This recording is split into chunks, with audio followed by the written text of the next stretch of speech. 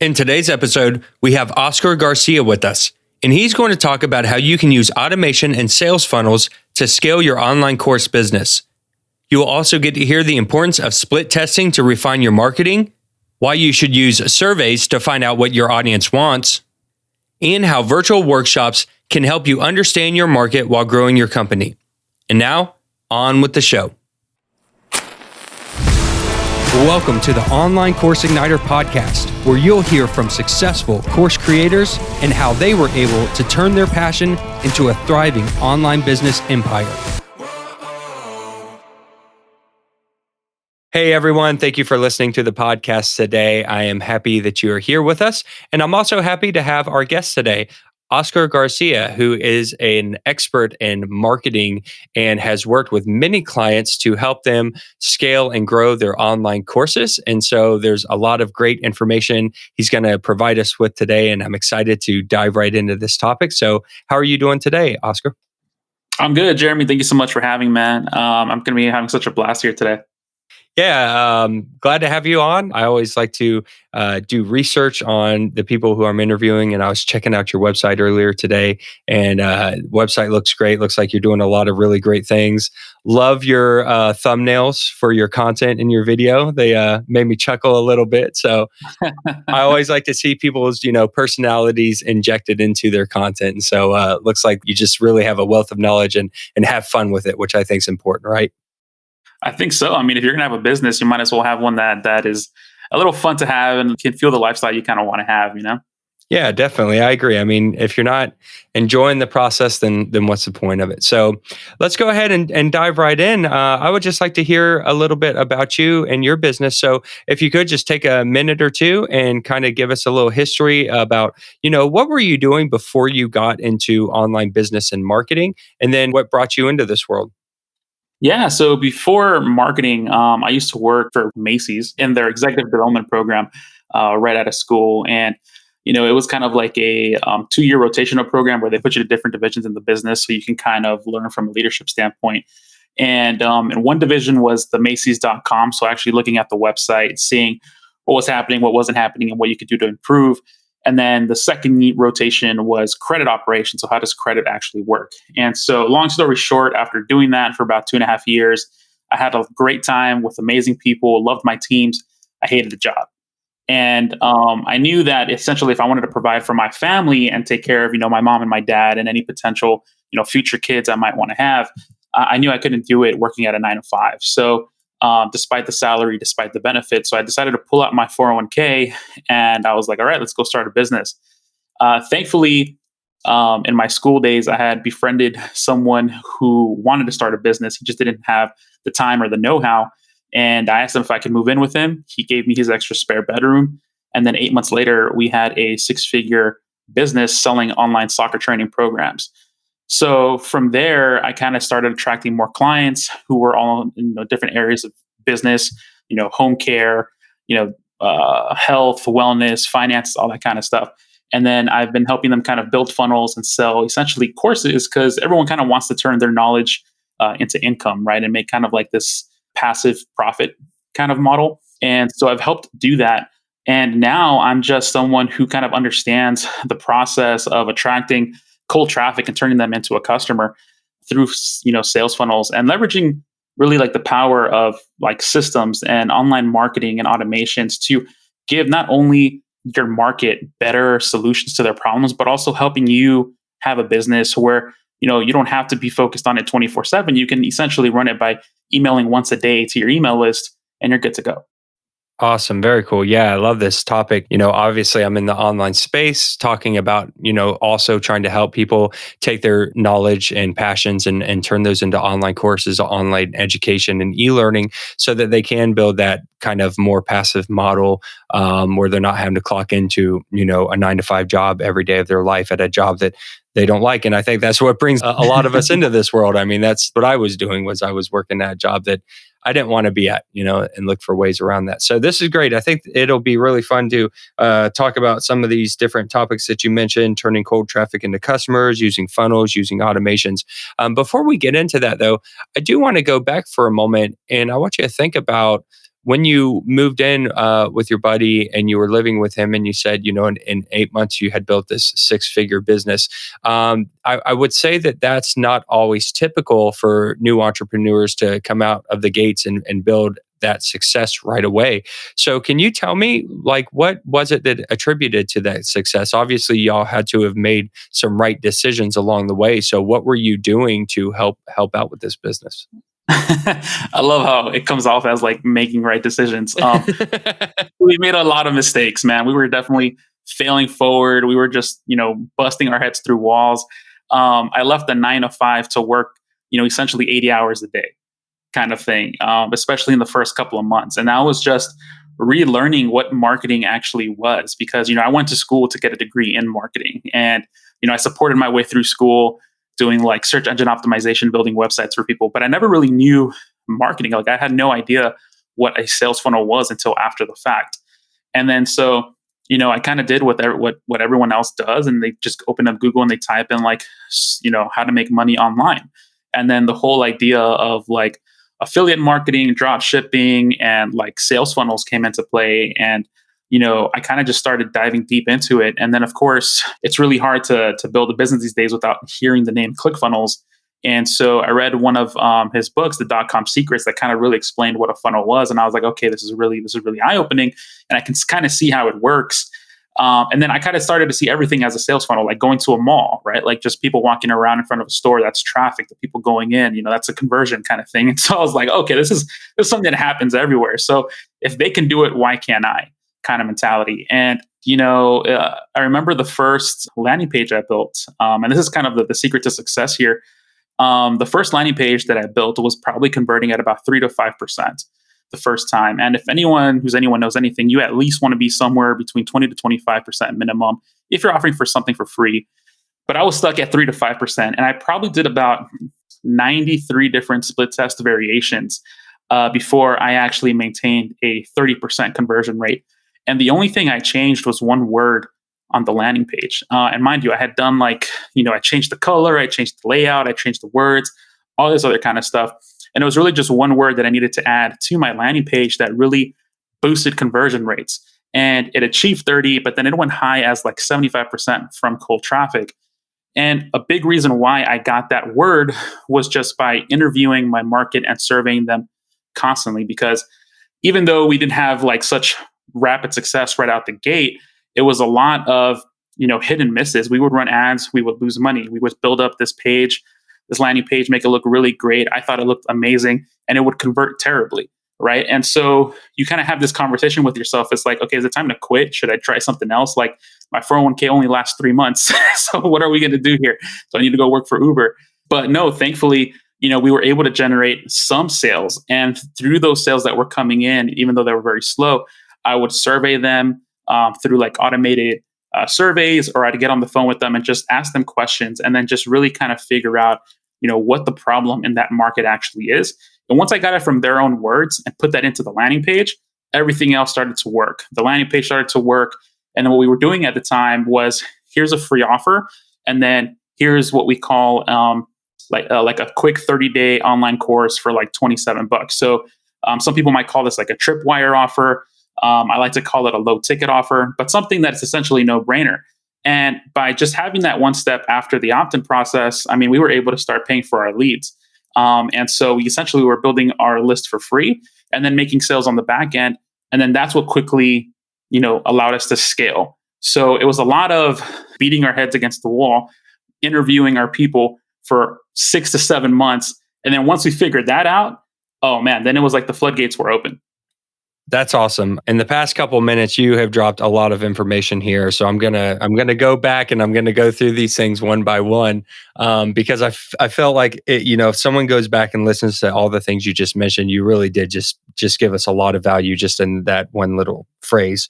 So first of all, I wanted to mention to you, you talked about, once you learn about funnels, you start seeing them everywhere. I drive my wife crazy with this. We'll go to we'll go to a restaurant, and they'll see us at the table. I'll be like, look, this is the opt-in. They're sitting us down, and would you like an appetizer? Look, they're trying to upsell us. Here's the low ticket offer.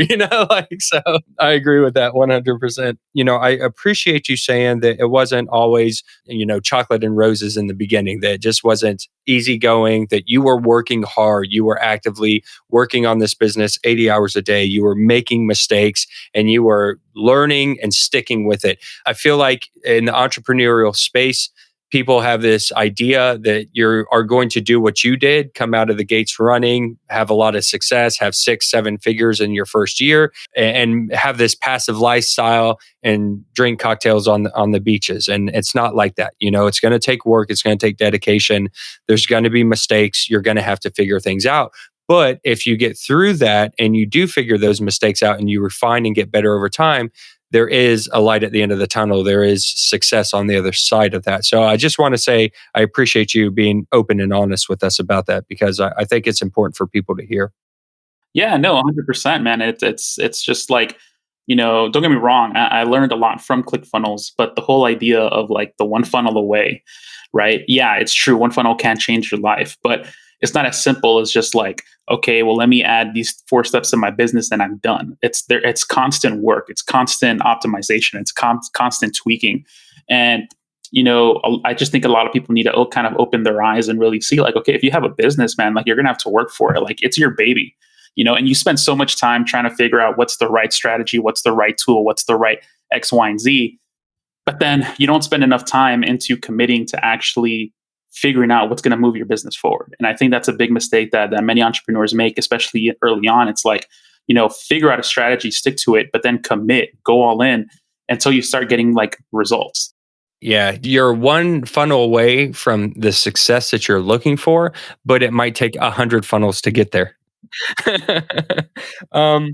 And then talking about funnels, something else you mentioned was increasing that conversion rate by testing different things, which is, what we would call in marketing A/B testing or split testing. And this is what people do not do enough of.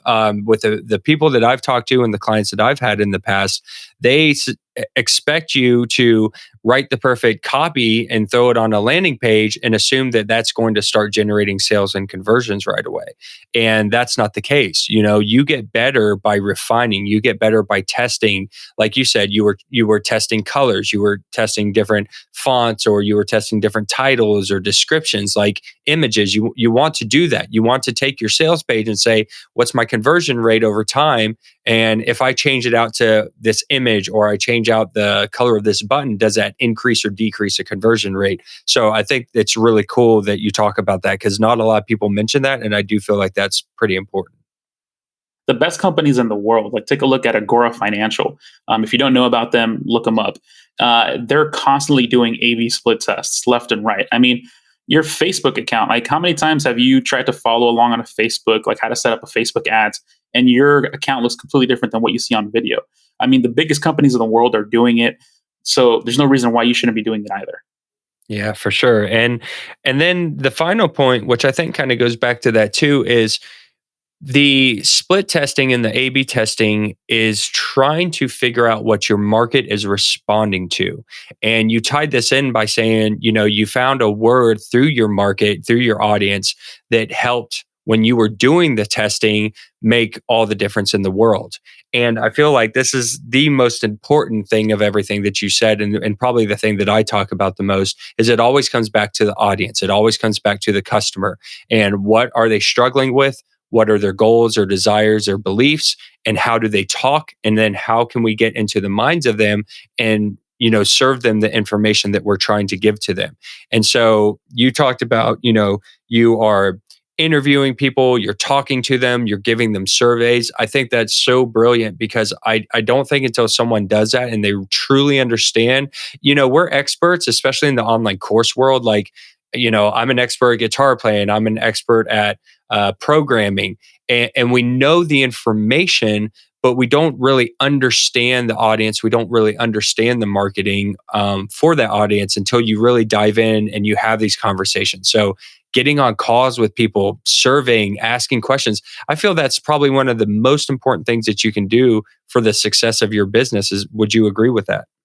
Yeah, 100%. And I think, something that I'm a big advocate of, and I think anyone who's listening to this podcast should do immediately is implement. And if there's something you want to implement is, pick up the book, Ask by Ryan Levesque, skip Mm. the first half of the book, read the second half, and then open up a Google form or a type form, build out your survey, and then put it in your email welcome sequence. So that way they get the welcome email, but then the second email is you just surveying them. Like, hey, let me know what your situation is. Let me know a little bit more about you. And then link to a survey. So that way your autoresponder is constantly collecting answers for you that you can then use later on down the road to improve your copy, to improve your offers. I mean, when I'm working with clients to try to figure out what kind of bonuses we should create, I just pull up the survey and I ask, like, what are these people talking about? And I get ideas for bonuses. I get ideas for little cool add-ons. The really cool thing about actually surveying your people is that you really figure out what they actually want. So like the one word, and I probably misspoke, it was actually a phrase. When I first was building my landing page, I kept using the word footwork drills because we were going for soccer players at the time. And so you go online, you look at footwork drills left and right for people that are creating content or selling courses. But the survey, it was showing that people were just trying to play with more confidence. They just didn't want to look silly out on the field when they were playing with the ball. So we switched get a 15-minute footwork drill to like a get a 15-minute play with confidence drill. And then Mm. that's what really blew conversions through the window. Oh, this is so cool. I'm working with a couple of people right now, and we are implementing surveys into their lead generation funnel. So when someone opts into a lead magnet, and then we hook up a survey behind it, so we can get some of this information. I can't wait till this goes live because I'm immediately going to send them this podcast episode and say, "Look, it's not just me." Yeah, no, I mean that honestly, it's a game changer, man. I love it. It's like my favorite little trick, and I don't even know why it's a trick. I feel like everyone should be doing this, but it's Yeah. like it's always there. Every time someone joins my list, they're going to get an email.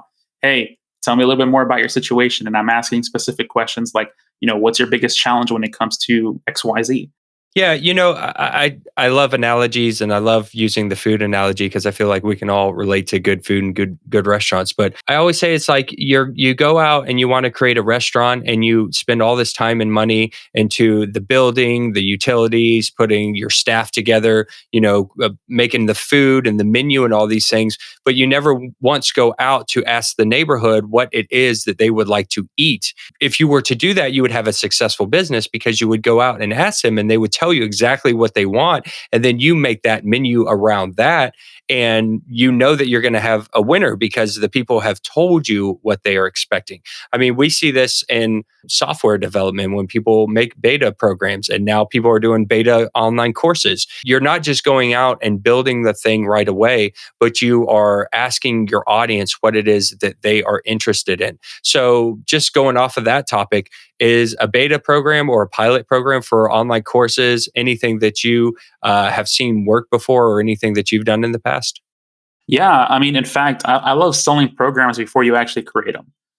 First thing you need to do is just get like a positive result. So it's like it goes back to the survey. So, and what I've seen done before is send out a survey, and it's like, hey, I just want to make sure that I have everything that I need and make sure that I'm covering everything that you want as part of this course.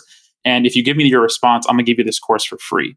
If no one answers your survey results, even if you're giving away all this cool stuff for free, probably a bad idea.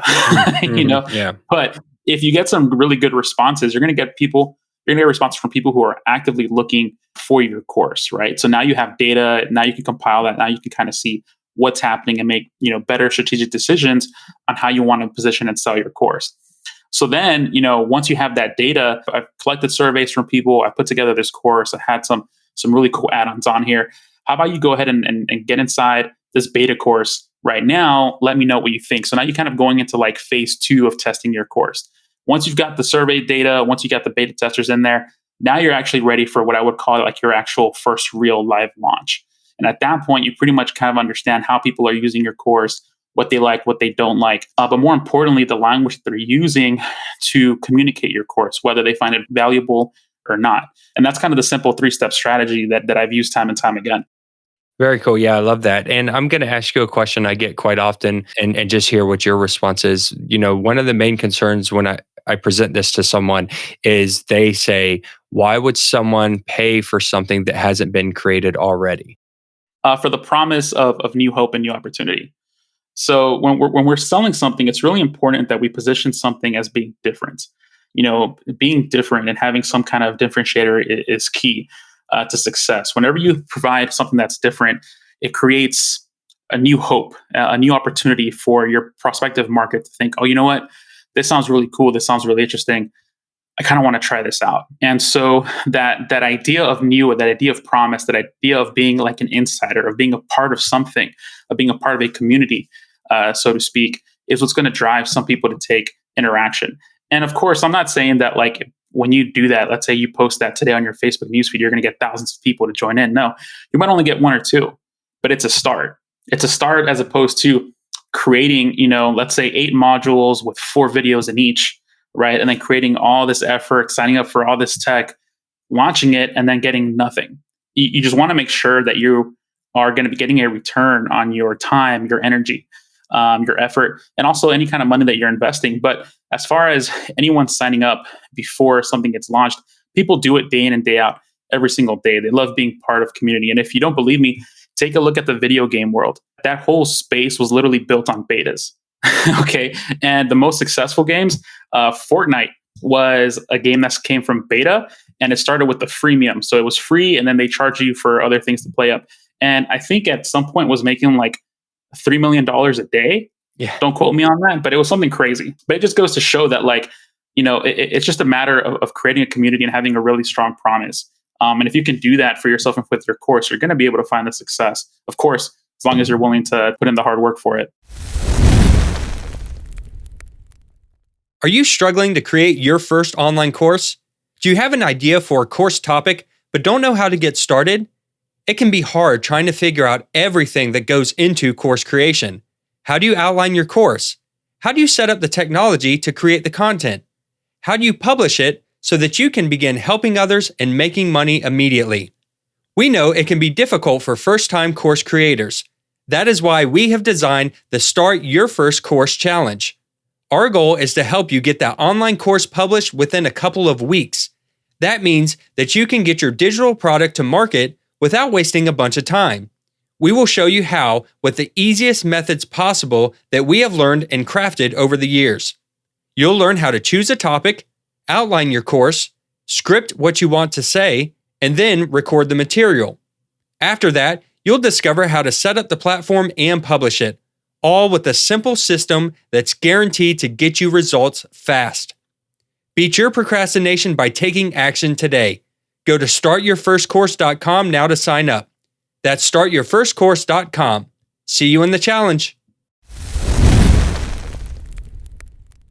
So going off of this talk about having conversations with your audience and doing maybe like these beta type programs, I know that something that you had mentioned to me in the past was that you like to do virtual workshops for your own business. So can you talk a little bit about your virtual workshops, how you run those, and then how they benefit your business? Because I feel like if you're doing these workshops, you're in more direct communication with your audience and you might be able to get feedback from them. So just what does that look like on your end?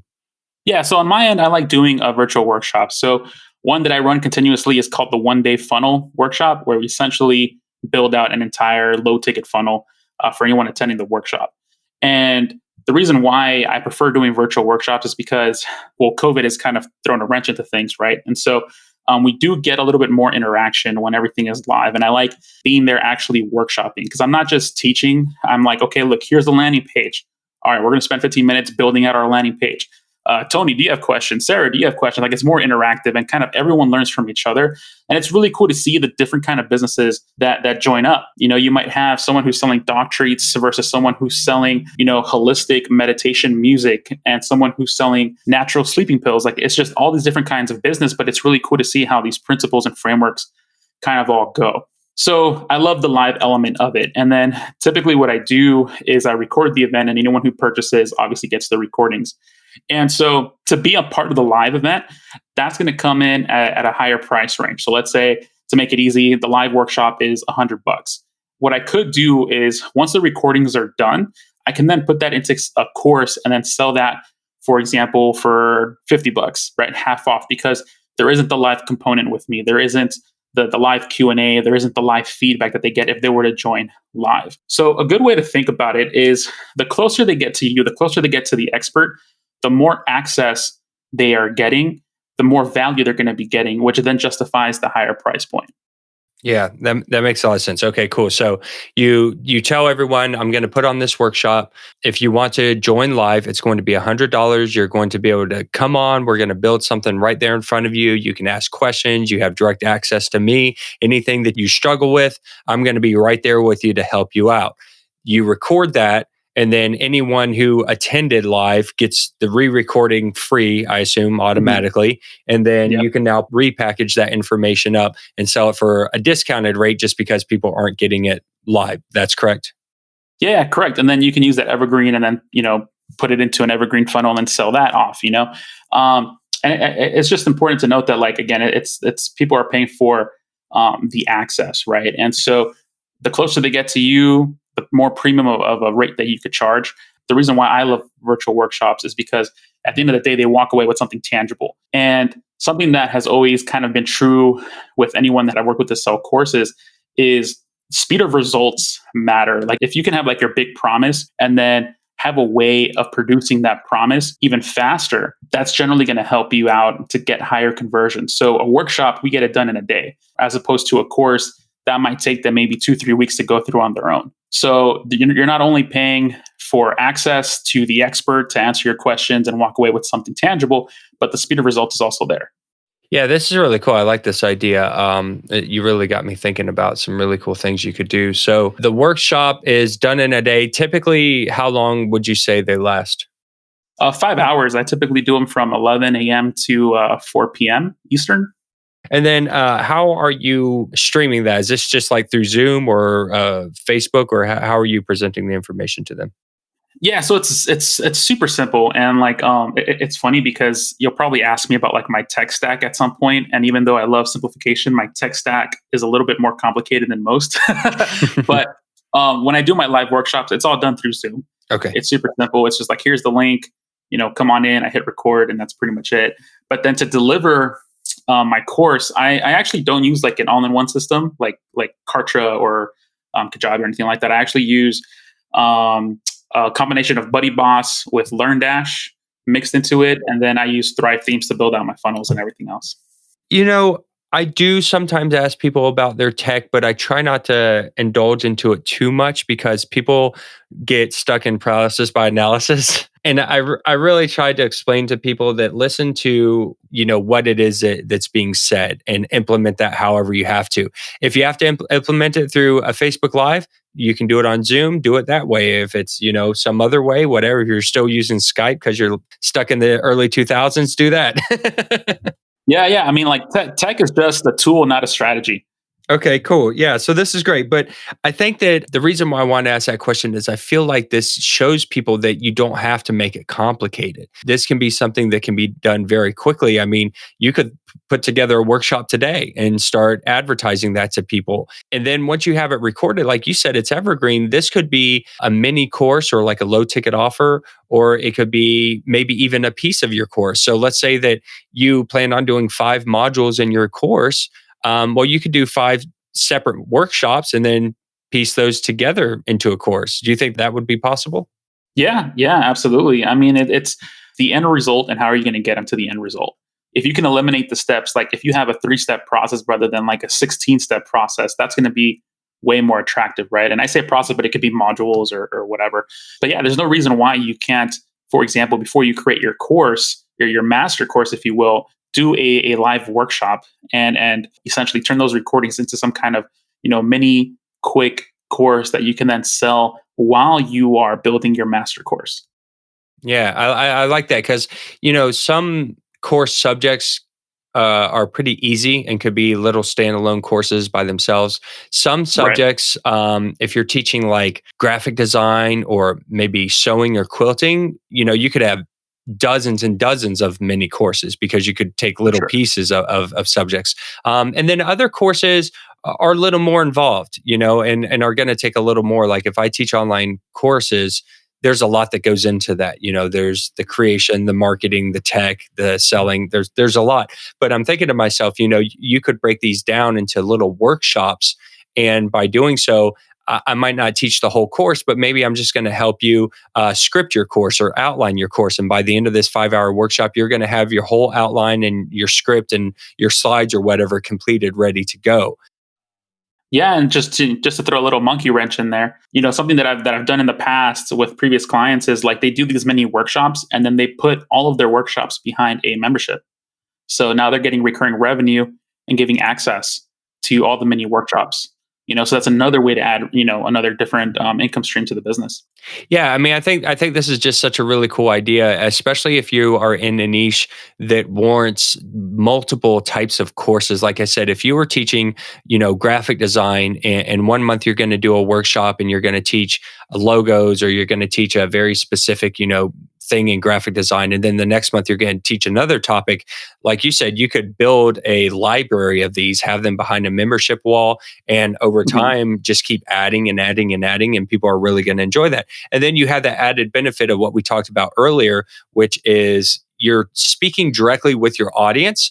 And so Yep. while you're doing these workshops, you are recording it and you're taking note of the questions they're asking, the feedback that you're giving them. And so if you do decide to turn this into a much larger course or product, at least you have that information that you can refer back to and say, okay, I didn't explain something really well here, or they had a question about this. Let me take that and add it into the final product. Absolutely. I love it. Cool. Awesome. Okay. Something else I wanted to ask you about is once someone has created their online course. So let's just say that, maybe someone goes out, they do a beta program or they do this workshop idea and they got some good feedback, they put together a product and they want to market and sell it. And there's many different ways of going about this. You could do organic traffic strategies, you could do advertising, you can do social media. What are some ways that you like to recommend to help people sell their online courses? So first and foremost, I'm a paid traffic person, so I love ads. um, Whatever the platform is, it doesn't matter. Stick to one, figure it out, use that one platform to advertise. Because I'm just not a fan of creating content to generate sales and stuff like that. I feel it just takes a whole lot longer to get a proven framework in place. The other thing too is like a lot of people are focused on getting that first sale like through ads or through creating content. But what's really cool is if you could turn your customers into advocates. And I think a lot of people forget about referral programs. I'm not sure why, but it's something that I haven't seen too many actually implement correctly. Maybe they're just not aware how or what have you. But a referral system is so easy to set up and so cool to have because you essentially empower your customers to refer you more business. You reward them. So let's say we take your idea and you create like multiple like micro workshops. There's nothing that's going to stop you from saying, hey, customer A, thanks so much for buying my workshop. By the way, if you refer your friend, not only will you get 25% off your next workshop you decide to purchase from us, but your friend will also get 25% when they decide to sign up. So that right there, you have your own word of mouth marketing kind of generator where your customers who are going through your programs, consuming your content, are going to then be engaging with more of your ideal people. And rather than having to pay Facebook or TikTok or YouTube to generate that sale for you, you're rewarding your customers to bring them to you. This is a really cool idea. I think you're right. I don't think a lot of people talk about this too often. Essentially, you're creating your own affiliate program for your products. Affiliate program, I would probably use, they have their own following, if you will. Whereas this is kind of more of like, hey, Sally just bought the program. Hey, Sally, do you want to recommend one of your friends? So for example, when I'm using affiliates, I'll probably give them 50% commission, right? So if I'm selling $100 course, they'll get $50 for every commission they get in.